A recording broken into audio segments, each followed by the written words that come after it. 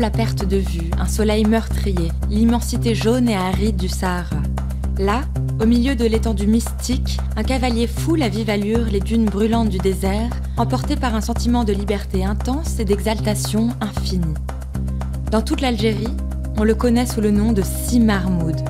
Le général Lyautey a salué chez lui un prodigieux tempérament d'artiste qui fait tressauter les notaires, les caporaux et les mandarins de tout poil. Quelqu'un qui est vraiment soi, hors de tout préjugé, de toute inféodation, de tout cliché et qui passe à travers la vie aussi libéré de tout que l'oiseau dans l'espace.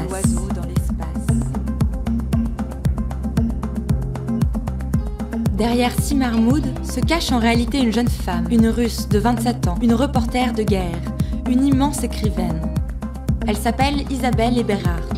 Sa vie a été brève, mais son histoire est longue.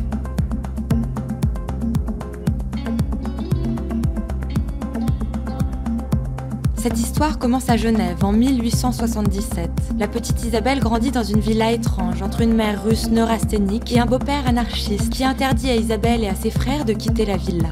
Pour ses enfants captifs, le paradis se transforme en prison. Isabelle se réfugie dans la lecture. À l'ombre du grand sapin du jardin, elle lit sans arrêt. Des romans orientaux, des romans mystiques. Chaque lecture est pour elle une révélation.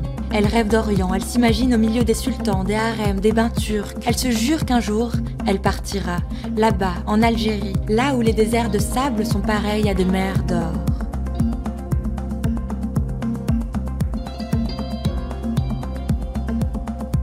Isabelle a 17 ans. Décidée à trouver l'absolu en terre d'islam, elle embarque sur un navire en direction d'Alger. Sur le ponton, elle écrit « Je pars pour saouler ma tête folle ». Ce jour-là, elle a le sentiment que tout est possible. Elle se sent invulnérable, prête à tout affronter. À Alger, elle aime tout. Elle aime les ruelles étroites et colorées, les parfums de figues et d'orangers, la nuit bleue envoûtante et les lumières dorées. Mais bientôt, Isabelle se révolte. Ce qui m'écœure ici, c'est l'odieuse conduite des Européens envers les Arabes, écrit-elle. Ce qu'elle veut, elle, c'est devenir aussi arabe que les Arabes. Alors, elle se coupe les cheveux à la garçonne. Elle se drape du costume bédouin. Elle, qui a été élevée dans l'incroyance, s'initie au mysticisme soufi. Elle lit le Coran et adhère à l'islam. Elle ressent un besoin vital de plonger dans la foi. Elle se présente désormais sous le nom de Si Mahmoud. À pied, à cheval ou à dromadaire, elle parcourt le désert. Elle marche solitaire, étrangère à tout et chez elle partout. Elle marche à la conquête du monde.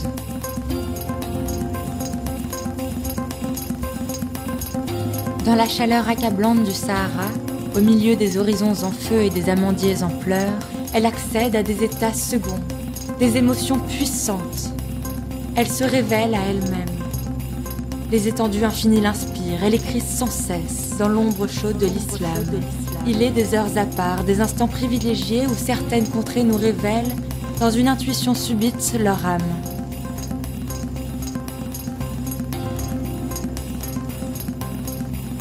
Dans tout El Oued, Isabelle est appréciée pour sa générosité étonnante, son caractère aimant et passionné. À ses frais, elle s'engage comme reporter de guerre. Elle couvre la rébellion des Algériens contre les colons français. Le général Lyautey s'éprend de son audace et de son charisme. « Je l'aime pour ce qu'elle est et pour ce qu'elle n'est pas », dit-il. Personne ne comprend l'Afrique comme elle.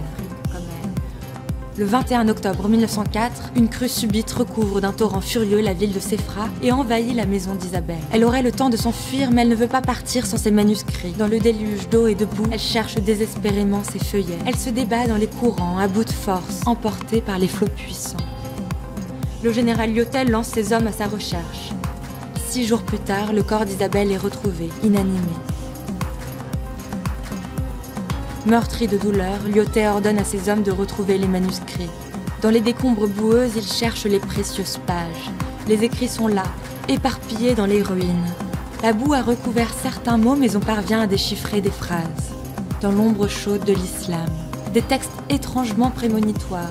L'un d'eux s'intitule « Que c'est simple de mourir », un autre « Le paradis des eaux ». J'étais couchée sur de longues herbes aquatiques molles et enveloppantes comme des chevelures. Je m'abandonnais aux visions nombreuses, aux extases lentes. Mon esprit quitta mon corps et s'envola de nouveau vers les jardins enchantés et les grands bassins bleuâtres du paradis des eaux.